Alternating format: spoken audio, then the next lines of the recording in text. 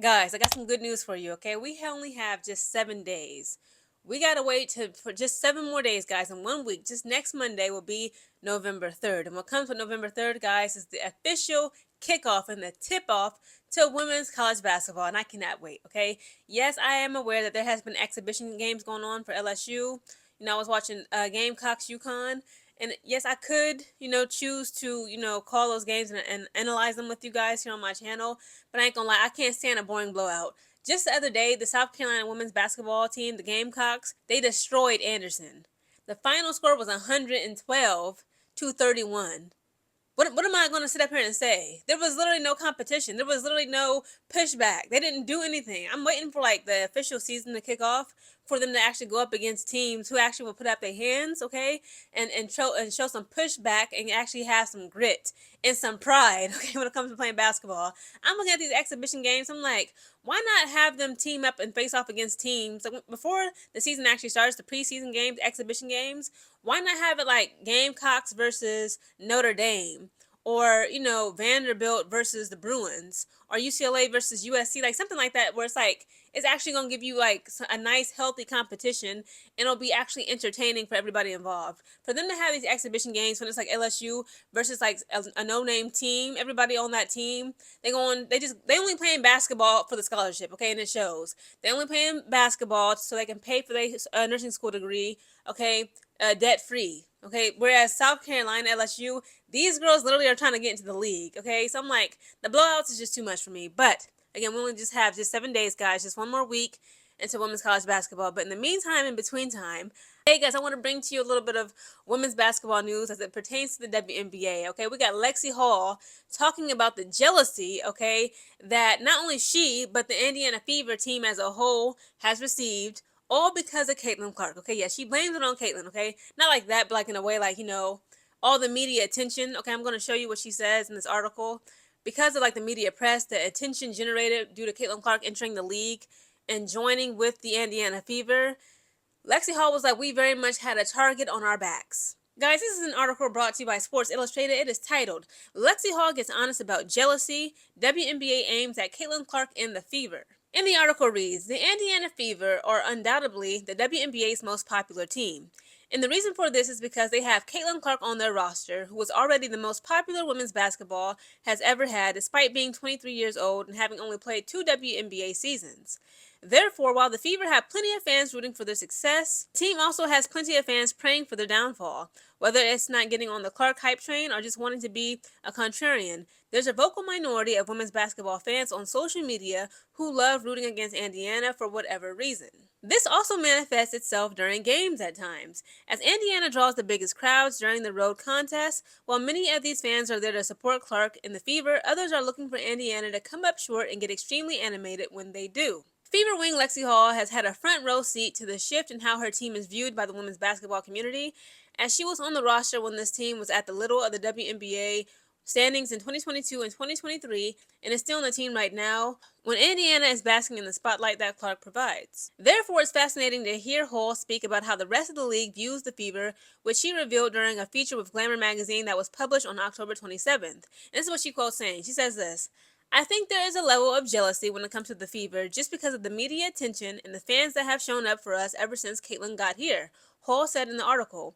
We've heard people and players and teams talking in their locker rooms about we can't let the Fever win. And again, I believe that's exactly what be going on.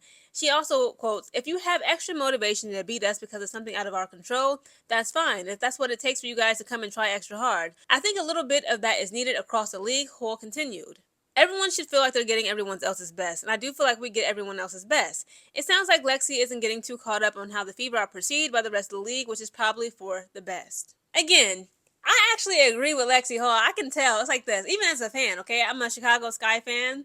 And yes, when you watch the games, specifically this past season, okay, the past 2025 WNBA season, when the Indiana Fever would match up to teams, they would have to rise to their occasion. They're a pretty good team. They have come a huge way. The Indiana Fever has improved tremendously in this past season. Okay, remember last season they broke even under Coach Christie size. They were 20-20. They won 20 games, lost 20 games. This season they did a bit better. This past season for 2025, the Indiana Fever finished their season, okay, being 24-20, meaning they won 24 games, they lost 20. So just by 4 games, they did show an improvement, right? So again, I understand what Lexi Hall means when she's like, other teams, when it comes to playing us, in many ways and forms and shapes and forms, they have to rise to that occasion. They actually will play their best. They're like, you know what? I can't let them beat me. I can't prove the media right about Caitlin Clark. I can't prove the Caitlin Clark fans and stands right about Caitlin Clark. I gotta bring my A game. I can't let this team beat me.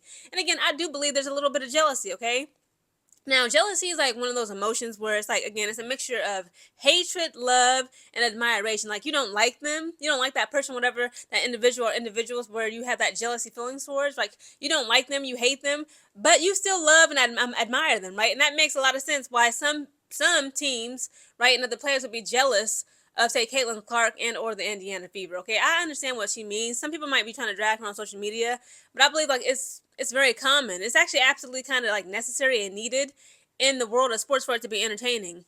There's players in the NBA who are jealous, okay, of Steph Curry and the Warriors. They're jealous of LeBron James and the Lakers. Like, you admire them. They're just so brilliantly talented. They're so skilled, right? And it's like you admire that, but at the same time you hate that because you want to win. You want to be the best. You want to, you know what I'm saying? So you kind of have this attitude and mentality of like, I got to destroy them.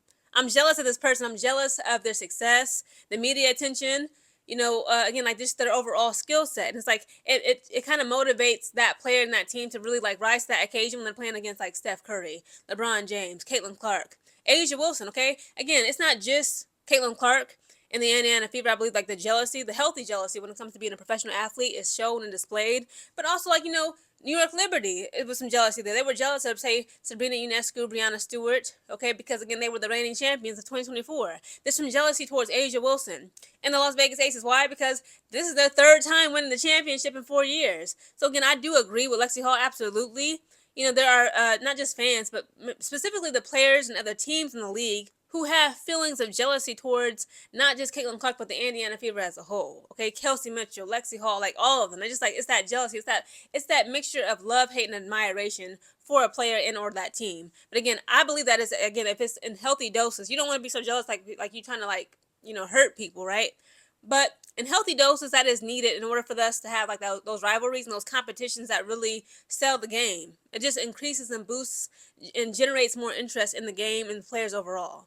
So again, guys, comment down below your thoughts on Lexi Hall and her comments, the interesting comments. Again, I agree with her, okay? I believe there was some jealousy towards Caitlin Clark and the Indiana Fever from other teams, okay, in the WNBA league, as well as other players in the WNBA. But again, it's not just those entities. It's just not jealousy towards Caitlin Clark and Indiana Fever, but A'ja Wilson and the Las Vegas Aces. Jealousy towards the New York Liberty. Jealousy towards, say, Satu Sabally and the Phoenix Mercury because they were actually able to advance to the finals for nothing, okay? Because they went 4-0. Ain't won not one game. Just absolutely incredibly ridiculous. But guys, comment down below your thoughts on Lexi Hall and her comments.